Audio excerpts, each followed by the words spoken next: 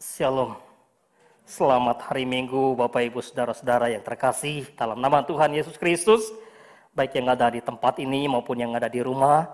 Kiranya kita sama-sama bersyukur kepada Tuhan di tengah-tengah situasi yang tidak pasti kapan pandemi COVID-19 akan berakhir. Tetapi kita terus bersyukur, berharap, bersandar, berserah kepada Tuhan di dalam berbagai aspek kehidupan kita sebagai orang yang percaya. Ibu bapak saudara-saudara yang terkasih dalam nama Tuhan Yesus Kristus, mari kesempatan hari ini saya membawa kita untuk membuka satu bagian kebenaran firman Tuhan yang terambil dari kitab Injil Yohanes pasal yang ke-15. Yohanes pasal yang ke-15 ayat yang pertama sampai ayat yang ke-8.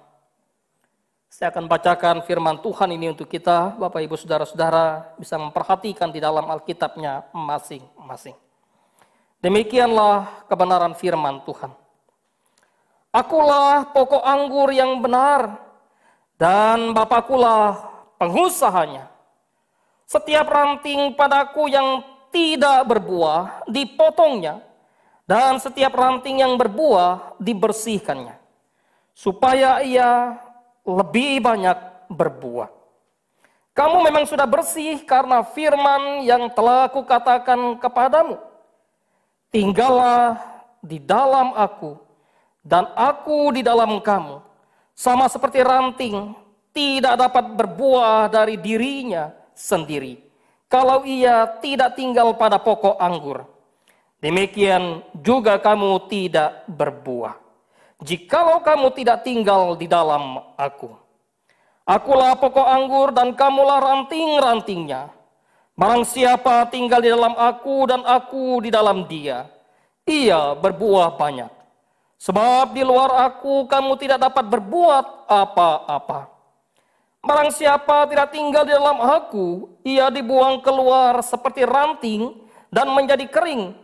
Kemudian dikumpulkan orang dan dicampakkan ke dalam api, lalu dibakar. Jikalau kamu tinggal di dalam aku, dan firmanku tinggal di dalam kamu, mintalah apa saja yang kamu kehendaki, dan kamu akan menerimanya. Dalam hal inilah Bapakku dipermuliakan, yaitu jika kamu berbuah banyak, dan dengan demikian kamu adalah murid-muridku. Bapak Ibu Saudara-saudara yang terkasih di dalam nama Tuhan Yesus Kristus, pernahkah saudara melihat atau menyaksikan seorang Kristen, barangkali teman saudara, atau barangkali keluarga saudara, yang hidup di dalam kehidupan sehari-hari tidak menggambarkan kehidupannya sebagai orang Kristen? Misalnya, mabuk-mabukan, pesta pora, kuliah amburadul, bisnis tipu sana tipu sini. Apa yang saudara pikirkan tentang hal ini? Ketika dia hidup dan kita tahu dia adalah orang Kristen. Wah, barangkali saudara berkata, bukan hanya satu, Pak. 2, 3, 4. Oh, barangkali juga ada yang berkata, wah saya nggak pernah menemukan orang Kristen yang hidup seperti itu. Tetapi barangkali juga kita akan berkata, wah itu gue banget itu. Gue orang Kristen ke gereja tiap hari Minggu, pelayanan rutin tapi hidup amburadul.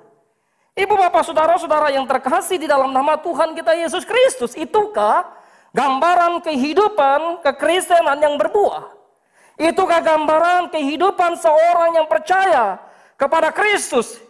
Jikalau itu, maka apa bedanya kehidupan kita sebagai orang percaya dengan kehidupan di dalam kehidupan dunia, atau apa bedanya kehidupan kita sebagai umat yang telah ditebus oleh Allah dengan kehidupan orang yang belum mengenal Kristus?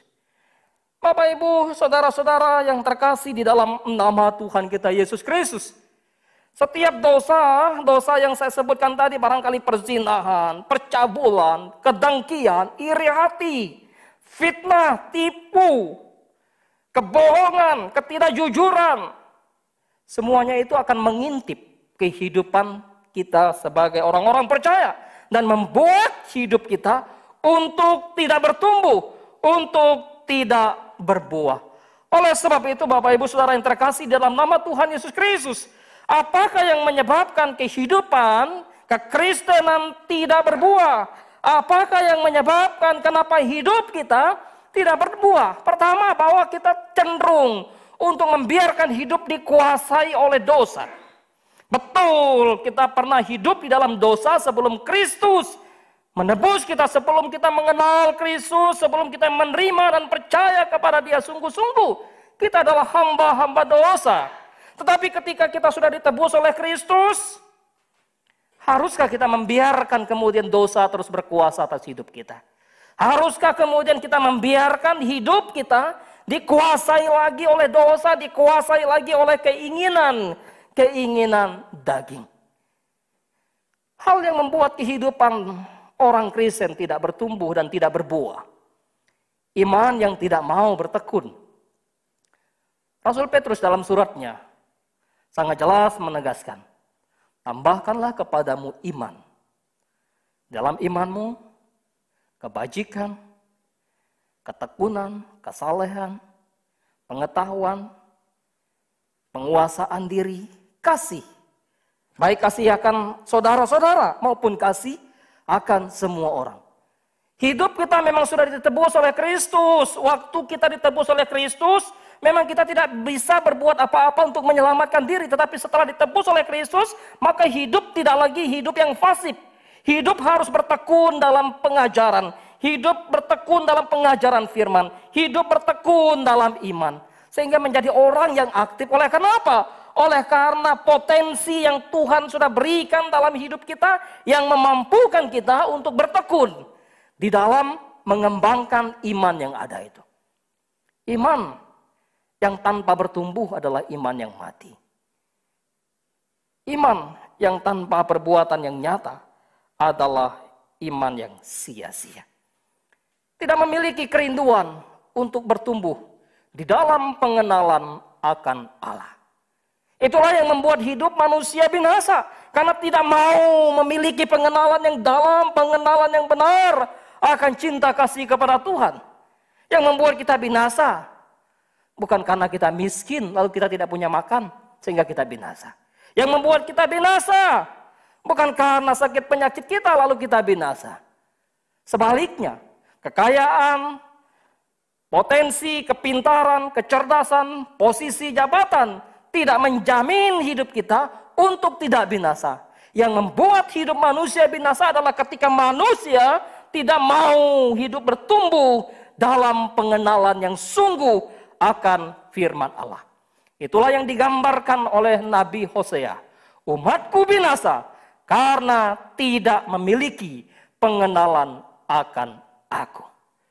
Ibu bapak saudara-saudara yang terkasih dalam nama Tuhan kita Yesus Kristus, Petrus menggambarkan ketika manusia tidak mau menambahkan kepada imannya kebajikan, kepada kebajikan pengetahuan, kepada pengetahuan penguasaan diri, kepada penguasaan diri, kesalehan, kepada kesalehan ketekunan, dan kepada ketekunan kasih, maka orang yang tidak mau menambahkan itu, Petrus berkata, mereka tidak lebih daripada orang yang picik, orang yang buta, orang yang tidak melihat, orang yang tidak mengenal akan kasih Tuhan yang telah menebus dosa mereka. Oleh sebab itu, ketika hidup tidak bertumbuh, berbuah dalam hal yang Tuhan kehendaki, sejatinya hidup kita adalah hidup yang tidak efektif, hidup yang tidak produktif untuk kerajaan Allah. Padahal waktu Yesus menebus kita, Paulus berkata kepada jemaat di Efesus, kita telah diciptakan kembali oleh Allah dalam Kristus untuk melakukan pekerjaan yang baik yang dipersiapkan Allah sebelumnya. Dan Ia mau kita hidup di dalamnya. Oleh sebab itu penting sekali untuk memahami bagaimana kehidupan yang tidak berbuah di dalam bacaan kita tadi, konsekuensi dari ketidakberbuahan suatu cabang itu luar biasa. Apa yang digambarkan oleh Yesus dalam perumpamaan atau dalam kisah yang menggunakan analogi. tentang pokok anggur yang benar ini. Barang siapa tidak berbuah, ranting yang tidak berbuah, jelas dikatakan, ia dipotong, ia dibuang, ia dikumpulkan, ia dicampakkan ke dalam api, lalu dibakar. Betapa seriusnya kehidupan yang Tuhan ingin untuk kita jalani di tengah-tengah dunia ini. Kita tidak boleh bermain-main dengan hidup yang Tuhan telah anugerahkan kepada kita. Dan tentu ketika membaca bagian ini, latar belakangnya memang menarik. Ketika Israel disebut sebagai pohon anggur atau sebagai kebun anggur milik Allah, itu sangat kental dalam kitab, baik kitab Yesaya, kitab Yeremia, maupun kitab Yehezkiel.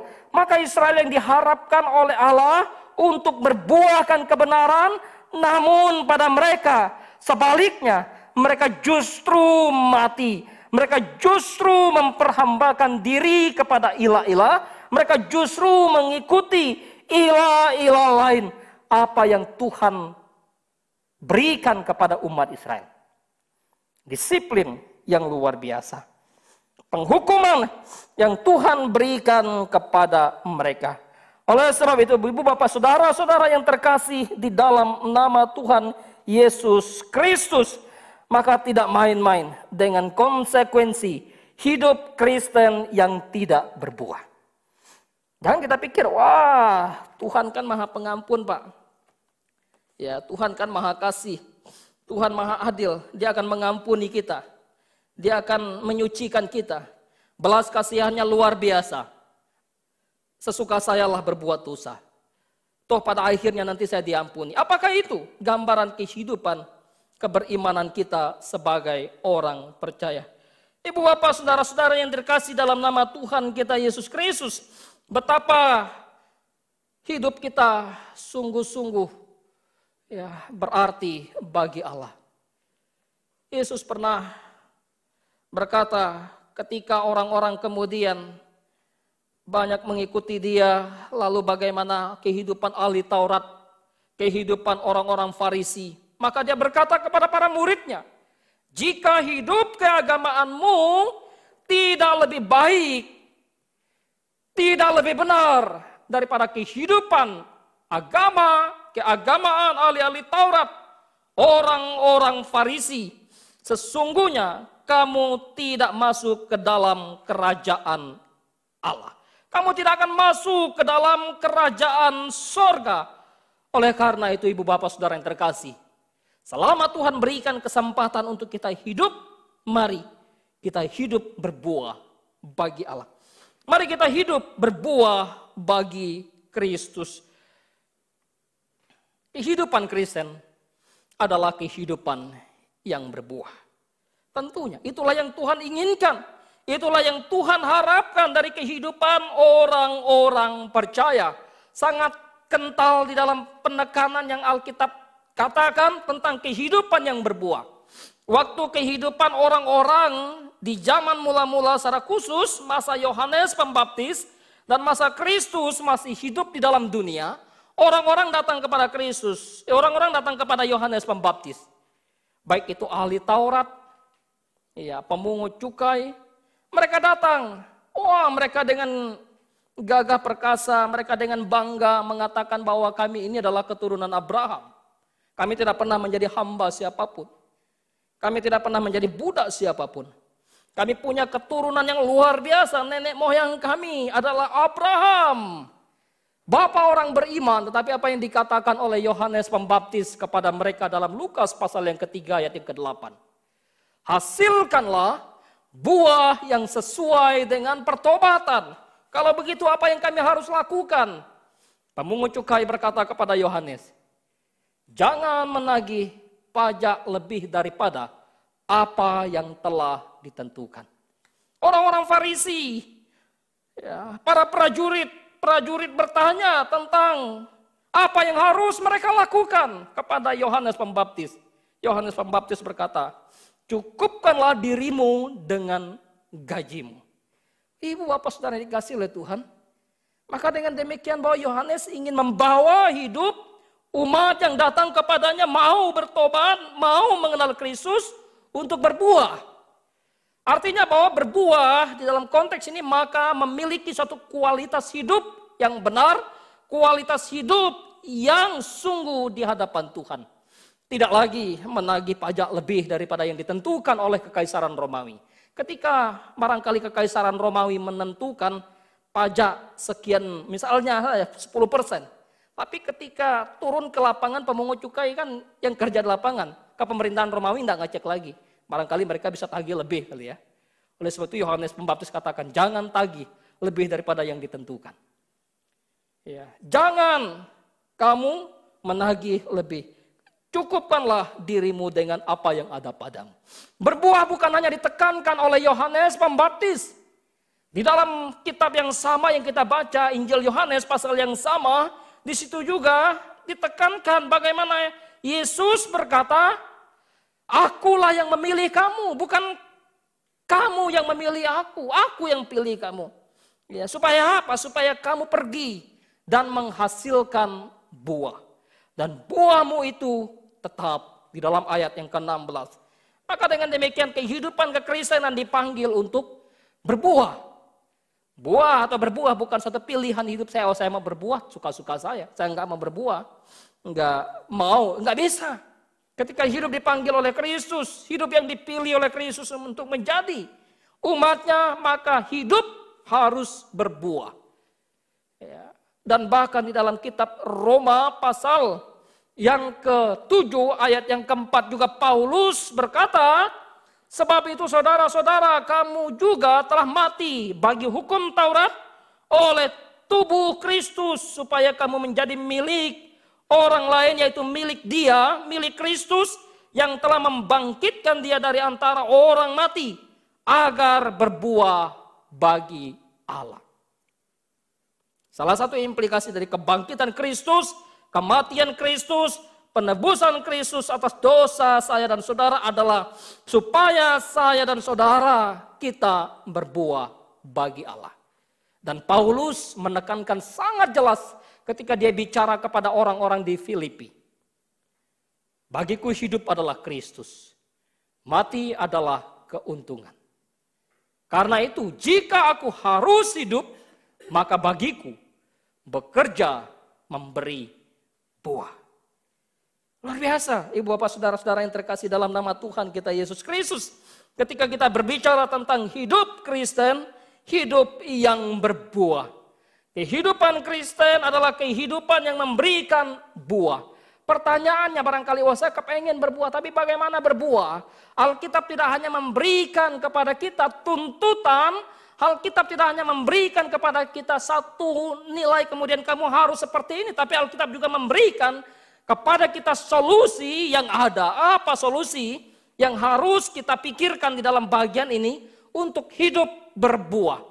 Pertama, bahwa hidup berbuah jelas dalam bacaan kita ditekankan. Ya, hidup yang berbuah atau bagaimana hidup berbuah adalah rela dibersihkan oleh Allah. Kita mesti rela dibersihkan oleh Allah. Hidup saya dan saudara hidup yang kotor, hidup yang najis, hidup yang penuh dengan lumpur dosa. Dan kita tidak bisa membersihkan diri dari dosa kita. Kita tidak bisa membersihkan dosa kita dengan darah kita korbankan, tidak bisa. Kita tidak bisa membersihkan dosa kita dengan darah saudara kita, tidak bisa. Kita tidak bisa membersihkan dosa kita dengan darah binatang sekalipun. Kita hanya bisa dibersihkan oleh Kristus lewat darahnya. Kita harus rela dibersihkan oleh Allah. Barangkali ketika kita hidup dalam zona nyaman kita, waduh, saya sudah hidup dalam kenyamanan saya, hidup dalam kenikmatan dunia ini. Ketika Kristus, ketika Allah membersihkan saya, betapa sakitnya, bukan? Kadang kita barangkali tidak rela untuk dibersihkan oleh Allah. Harus dipotong, harus dipangkas. Ya, seperti seorang dokter yang harus melakukan perawatan terhadap pasien yang memang mesti, ini ada penyakitnya, mesti dibedah, mesti dibongkar, mesti dibelek. Ya. Tidak mudah. untuk kita menerima sakit, ya. Karena kita pikir, waduh kita nyaman sekali nih dengan kehidupan menipu, dengan kehidupan berbohong, dengan kehidupan melayani tapi bersembunyi di balik jubah keagamaan. Mudah sekali. Tapi ketika kita dibedah oleh Allah, dibersihkan oleh Allah, pikiran kita, laku kita, kemudian hati kita, mata kita, telinga kita, segala sesuatu yang membuat kita berdosa, kita mesti betul-betul rela dibersihkan oleh Allah. Di dalam bagian ini kita juga melihat bagaimana Allah adalah pemelihara kehidupan kita. Kita bersedia dibersihkan Allah. Ya, di dalam kehidupan Allah melakukan suatu proteksi di dalam kehidupan kita.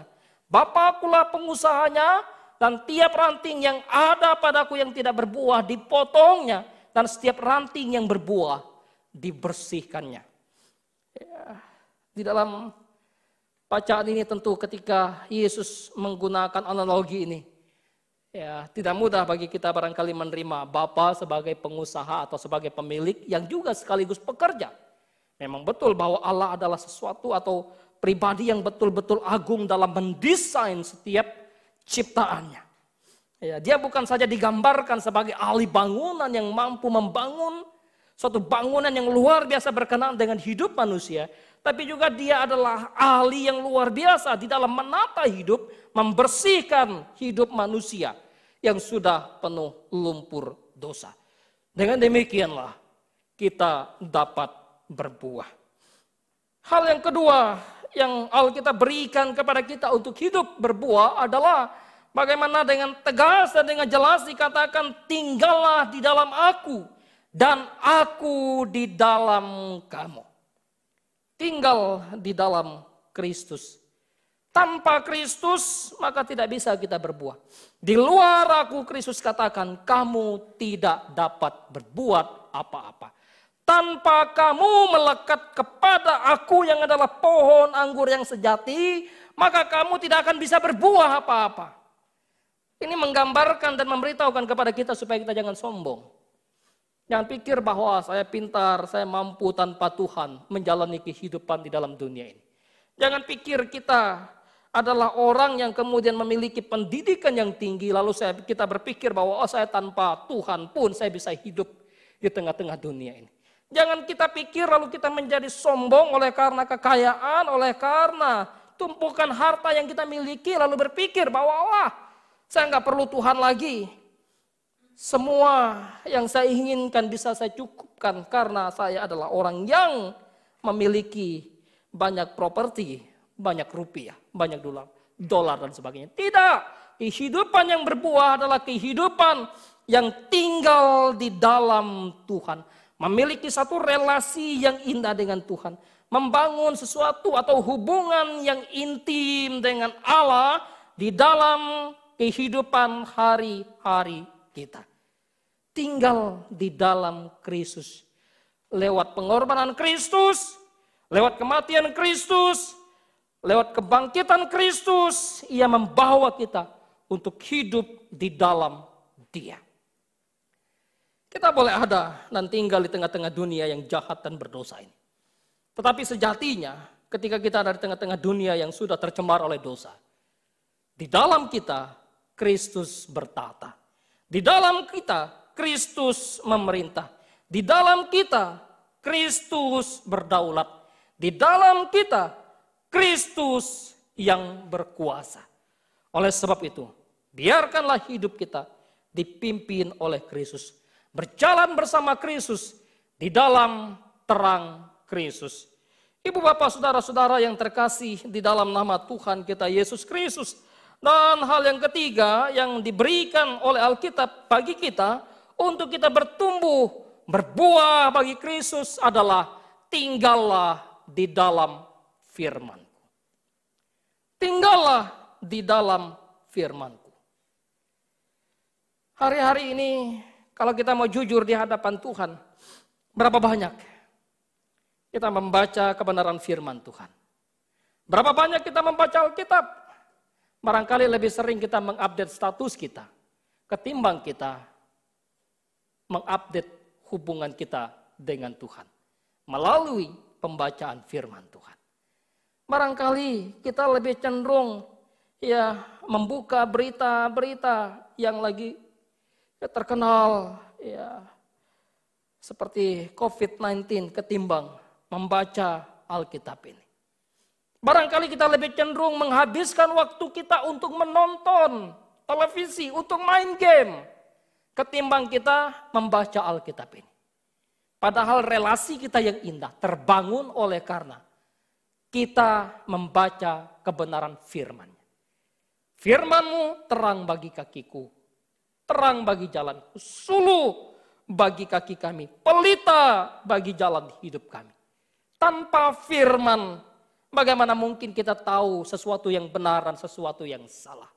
Firman Tuhan membedah hidup kita, memperbaiki laku kita, membereskan kehidupan kita. Ketika kita membaca, kita tahu, oh kita jauh daripada Tuhan. Ketika kita membaca firman, maka hidup keberimanan kita bertumbuh. Iman kita terus dibangun. Karena itu Paulus berkata, iman timbul dari pendengaran. Pendengaran oleh firman Kristus. Bagaimana kita mau bertumbuh? Kita mau berbuah bagi Kristus. Baca Alkitab saja malas. Ya. Tapi saya yakin, saya percaya bahwa Bapak Ibu di tempat ini barangkali rajin semua baca Alkitab. Ya, saya bersyukur sekali. Dan secara pribadi hari-hari ini kemudian saya mendalami beberapa kitab. Yesaya saya selesaikan pergumulan. Masuk Yeremia saya selesaikan pergumulan. Masuk kemudian Yeskel. Saya baca secara pribadi juga. Oh selesai. Lihat bagaimana kehidupan umat, lalu bagaimana Tuhan menuntun, bagaimana Tuhan memelihara. Bagaimana hidup saya yang tidak berkenan di hadapan Tuhan. Yeskel selesai. Masuk ke kitab Daniel. Kebetulan juga ada pembahasan kitab Daniel yang saya ikuti dalam satu kelompok. Ya.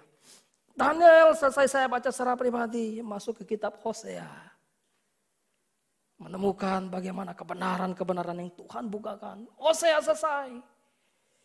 Masuk kitab Yoel dan baru selesai kitab Yoel lagi. Ibu bapak saudara yang dikasihi oleh Tuhan. Mari timbulkan kecintaan kita untuk membaca kebenaran firman Tuhan. Orang dahulu sulit sekali membaca. Karena sulitnya orang membaca, maka John Wycliffe menerjemahkan Alkitab. Ya, dari bahasa Yunani kemudian ke bahasa Latin, terjemahkan lagi ke dalam bahasa Inggris. Dan bahkan sekarang kita bukan hanya lagi di dalam lembaran yang tercetak, di dalam handphone kita pun sudah ada Alkitab.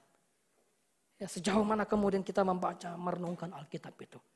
Itulah yang kemudian membuat kita untuk hidup, bertumbuh dan berbuah bagi Kristus. Oleh sebab itu mari kita merenungkan bagian ini dan kita tahu bahwa orientasi tujuan daripada hidup yang berbuah bukan untuk diri. Bukan supaya saya hebat, bukan. Bukan supaya saya kaya, supaya lalu kita berbuah, bukan. Saya berbuah supaya saya pintar, bukan. Tetapi tujuan dan orientasi dari hidup yang berbuah yang dikehendaki Allah adalah jelas. Pertama, Allah dimuliakan, kemuliaan Allah. Sehingga waktu kita hidup dalam keberimanan yang sungguh pada Tuhan, kita tidak boleh menepuk dada, lalu kita tidak boleh menjadi orang yang angkuh, yang sombong, kita pikir kita orang yang hebat dalam kehidupan keberagaman kita, tidak. Adakah Allah dimuliakan di dalam kehidupan kita? Waktu kita hidup sebagai umat Allah di tengah-tengah dunia ini, maka kehidupan kemuliaan yang kita cari bukan kemuliaan kita. Waktu kita melayani bukan kita supaya kita dihargai, bukan supaya kita dihormati. Tapi bagaimana ketika kita melayani, kita merendahkan diri, taat sepenuhnya kepada kehendak Tuhan. Allah dimuliakan dalam hidup kita, dimanapun Tuhan tempatkan kita. Baik sebagai dosen, sebagai guru, sebagai pejabat pemerintah, sebagai dokter, sebagai mahasiswa. Di mana Tuhan hadirkan kita, maka disitulah kita memuliakan Dia. Dengan berbagai pekerjaan yang Tuhan anugerahkan kepada kita. Adakah kita memuliakan Tuhan? Dan hal yang kedua, orientasi dan tujuan daripada kita berbuah adalah jelas. Tanda kita sebagai murid Kristus. Itulah yang Yesus katakan dalam ayat yang ke-8. Dengan demikian kamu adalah murid-muridku jikalau kamu berbuah. Bagaimana kita bisa mengaku kita murid Kristus? Kita tidak taat kepada firman-Nya. Kita tidak tinggal di dalam Dia. Kita tidak mau dibersihkan oleh Dia dari dosa kita, dari kejahatan kita. Lalu kita berkata, saya adalah murid Kristus. Tidak bisa, saudara. Jelas, tanda bahwa kita adalah murid Kristus adalah kita berbuah. Pohon dikenal dari buahnya. Dan sebagai murid Kristus, kita dikenal dari bagaimana kita hidup di dalam kehidupan kita. Dan tentu saja hal ini penting bagi kita. Banyak orang berpikir bahwa buah daripada hidup orang percaya, bagaimana hidup kemudian kerjanya lebih baik. Bukan.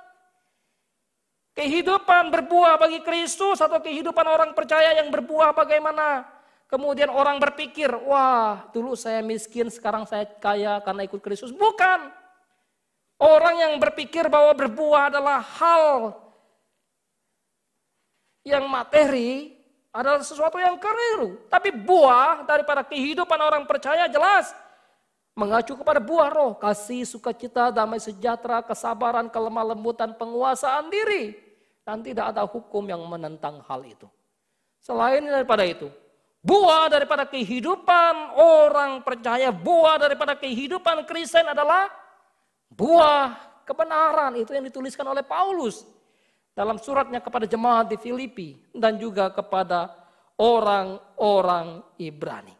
Dengan demikian, maka buah hidup orang percaya adalah hidup benar di tengah-tengah dunia yang tidak benar. Hidup yang berbuah sebagai orang percaya, sebagai orang Kristen adalah hidup benar di tengah-tengah lingkungan yang tidak benar. Hidup benar di tengah-tengah pekerjaan yang tidak benar. Hidup benar di tengah-tengah keluarga yang barangkali tidak benar. Maka bagaimana kemudian ada pribadi-pribadi yang benar. Sebagai orang percaya sekalipun barangkali keluarganya, kiri kanannya, tetangganya, lingkungannya bukan orang yang benar. Itulah hidup yang berbuah sebagai orang percaya.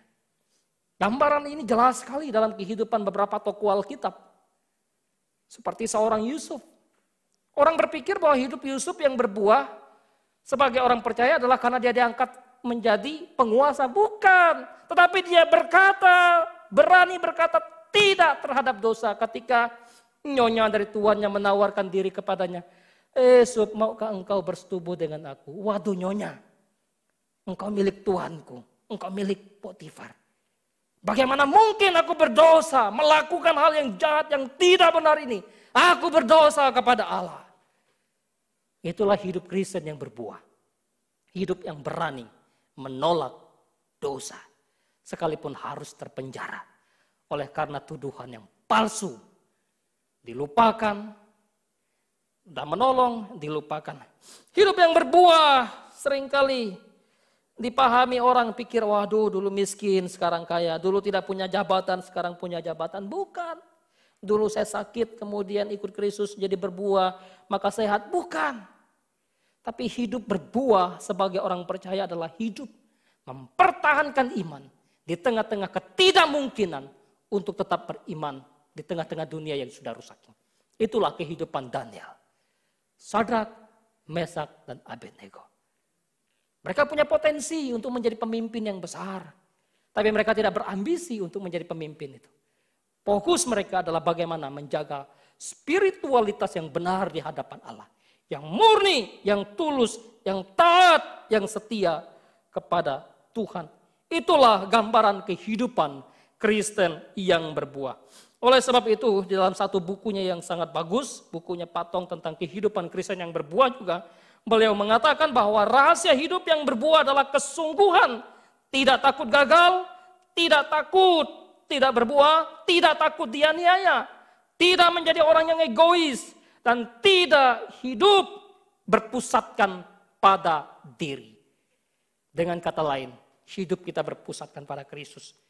Hidup yang berbuah, hidup yang mau merendahkan diri. Hidup yang berbuah, hidup yang tidak mementingkan diri sendiri. Hidup yang berbuah, hidup yang rela teraniaya oleh karena kebenaran.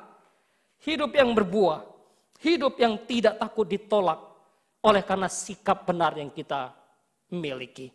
Oleh sebab itu, berbuah sebagai orang percaya berasal dari pertama, kerelaan dibersihkan oleh Allah. Hal yang kedua, tentu kesetiaan kepada Tuhan. Dan hal yang ketiga yang harus kita miliki adalah hidup yang dipenuhi oleh Roh Kudus.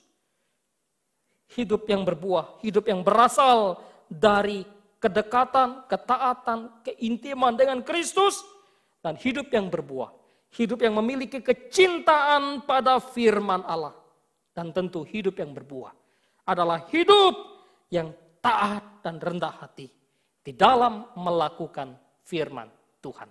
Dengan demikian, saya berkata, hidup yang berbuah itulah pengkhotbah sejati di dalam kehidupan kita di tengah-tengah dunia ini. Bila Tuhan menolong kita, Tuhan memimpin kita sebagai umatnya untuk hidup berbuah. Mari kita tundukkan kepala, kita berdoa kepada Tuhan.